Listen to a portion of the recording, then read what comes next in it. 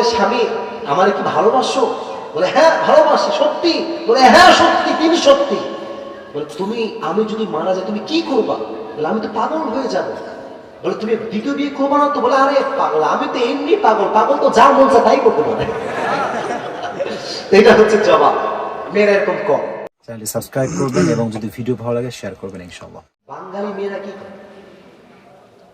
যদি কোনোদিন বাঙালি কোনো বউ বুঝতে পারে যে আমি আর বাঁচবো না, স্বামী তো আজীবন গোলাম ছিল তার। হ্যাঁ স্বামী এসো, মরার আগে কিন্তু স্বামী কয় কি হয়েছে গো? সারা জীবন মাজলু, কি বলবে? আমি মরে যাচ্ছি, কিন্তু আমি মরার পরে তুই কাউরে বিয়ে করতে পারবি না। আসতে কয় ঠিক কিনা? জোরে বলতে পারে ভাই, I'm the first and I'm the last, তুই আমার ছাড়া কাউরে বিয়ে করবি না। সেই দিন একটা উর্দু লেখা পড়ছিলাম, এদিকে দেখেন কিছু হয়, কথাটা বুঝবেন, এই কেমনে বুঝলাম না। एक बीवी ने अपनी हस्बैंड से पूछा, क्या तुम मुझे सच में ही प्यार करते हो? तो हस्बैंड ने कहा हाँ मैं तुमसे सच में ही प्यार करता हूं। तो उसकी बीवी ने बोला सच में ही करते हो? उसने कहा हाँ सच में ही करता हूं। तो बीवी ने पूछा अगर मैं मर गया तो तुम क्या करोगे? तो उसके हस्बैंड ने कहा मैं तो पागल हो जाऊंगा तुम्हारे बिना। तो उसकी बीवी ने लास्ट सवाल पूछा, क्या तुम दूसरी शादी तो नहीं करोगे ना? तो उसके हस्बैंड ने बोला यार मैं तो पागल हूं, मैं कुछ भी कर सकता हूं। বউ বলে, স্বামী আমার কি ভালোবাসো? বলে হ্যাঁ ভালোবাসি। সত্যি? বলে হ্যাঁ সত্যি, তিনি সত্যি। বলে আমি যদি মারা যাই তুমি কি করবা? বলে আমি তো পাগল হয়ে যাব। বলে তুমি দ্বিতীয় বিয়ে করবা না তো? বলে আরে পাগলা, আমি তো এমনি পাগল, পাগল তো যা মন চায় তাই করতে পারে।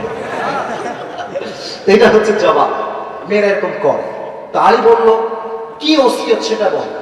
বলে আমি যখন মারা যাবো তোমার যাকে মন চায় তাকে বিয়ে করবা, বাট আমার দুইজন সন্তান হাসান এবং হুসাইন তাদের এক মুহূর্ত যেন কোনো কষ্ট না হয়। সুবহানাল্লাহ পড়ে। এটা আমার 2 নম্বর ওসিয়ত। আলী এবার হাত চেয়ে বলল হে আমার স্ত্রী আমি মেনে নিলাম, কোনো সমস্যা আমার নাই।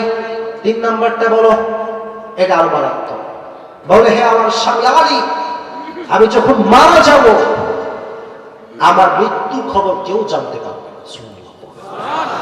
মদিনার মুহাজির আনসার কেউ জানবে না যে ফাতেমা মারা গিয়েছে।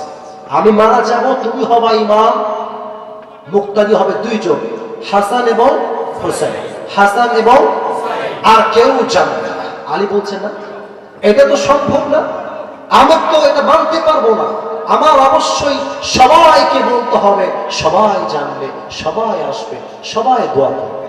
ফাতেমা আরো কঠোর, এই আলী খবরদার, কেউ জানবে না। ঠিক আছে যাও, মেনে নিলাম, কোনো সমস্যা নাই।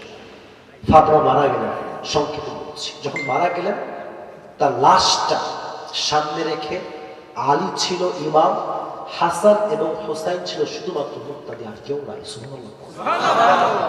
আলী বলেছিল হে ফাতেমা তুমি কেন চাও না তোমার জানাজায় কোনো মানুষ আসুক? দেখেন নারীর পর্দা কাকে বলে। বলতেছে যে দেখো এই 24 বছরের জীবনে আমি ফাতেমা শরীরের কোনো একটা অংশ কোনো গায়রে মাহরাম পুরুষ এক মুহূর্তের জন্য এক পলকও দেখতে পারে নাই। সুবহানাল্লাহ পড়ে। আর আমি যখন মারা যাব আমার লাশ সামনে থাকবে, মদিনার মুহাজির বলবে এটা দেখ ফাতেমার লাশ কত লম্বা, আমরা সে লম্বা ছিল, দেখ ফাতেমা মোটা ছিল, চিকন ছিল না। এটা আমি ফাতেমা মৃত্যুর পরেও সহ্য করতে পারবো না। সুবহানাল্লাহ পড়ে। এবার খেয়াল করবেন, ফাতেমা যখন মারা যায় আলী ছিল ইমাম, হাসান এবং হুসাইন ছিল মুক্তাদি।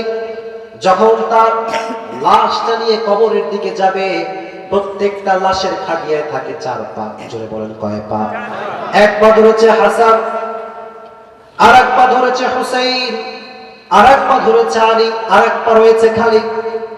আলী রাদিয়াল্লাহু তাআলা আনহুর মনটা প্রচন্ড খারাপ, চোখ দিয়ে পানি ঝরছে। হায় হায় হায়, আমার কলিজার টুকরা বউটা মারা গেল, লাশের খাটিয়া খালি, ধরার মতো কেউ নাই। আমি যদি কাউকে ডাকতে যাই ওসিয়ত ভেঙে যাবে, আর যদি না ডাকি আমার পাটা খালি থেকে যাবে। এরই মাঝে দূর থেকে একজন সাহাবী দৌড় দিয়ে আসছে, দৌড়ে দৌড়ে দৌড়ে দৌড়ে দৌড়ে আসছে। হাদিসে এসেছে ইসমু আবু যর গিফারি, তার নাম ছিল আবু যর গিফারি। এমন দৌড় দিয়ে আসছে, আলী বলে কে রে কে? দূর থেকে বোঝেন, কাছে আসছে, বুঝে গেছে আবু যর গিফারি। আলী ভাবতেছে কি রে, আমি তো লাশ কাঁধে নিয়ে আছি। আবু যর গিফারি যদি বলে ইয়া আলী মান হাদিহিল মাইয়িত, এই লাশটা কার? যদি বলি ফাতেমার, ওসিয়ত ভেঙে যাবে। আর যদি বলি এটা ফাতেমার লাশ না, মিথ্যা হয়ে যাবে। আমি কি বলবো? সব ক্ষমতা কার? আল্লাহ। আবু যর গিফারি দৌড় দিয়ে এসে আলীর সামনে দাঁড়িয়ে বলল, ইয়া আলী লা তাহাফ ওয়া লা তাহজান, don't be frustrated, don't be upset. Ali, মন খারাপ করো না, মন ছোট করো না, আমাকে আল্লাহ নিজেই পাঠিয়ে দিয়েছে। ধরো, খাট ধরো। চারজন মিলে লাশ নিয়ে গিয়েছে। শেষের দিকে চলে এসেছে। লাশ যখন এমনি করে নামাবে কবরে, আবু যর গিফারি ভাবতেছে এটা কে? বুক ফুলে গেছে গর্বে। আর এত সাধারণ কোন নারী নয়, গর্বে দাঁড়িয়ে গেছে কবরের সামনে। দাঁড়িয়ে আমি যেমন মাইক নিয়ে আওয়াজ করে অ্যানাউন্সমেন্ট দিচ্ছি, আবু যর গিফারি কবরকে বলছে, আতাদরুনাল কবর, আতাদরুনাল কবর মান হাদিহিল মাইয়িত। কবর, তুমি কি জানো এটা কার লাশ? হাদিহিল মাইয়িত যাওজাতু আলী, এই নারীটা হচ্ছে আলীর একমাত্র স্ত্রী, ও বিনতু মুহাম্মাদিন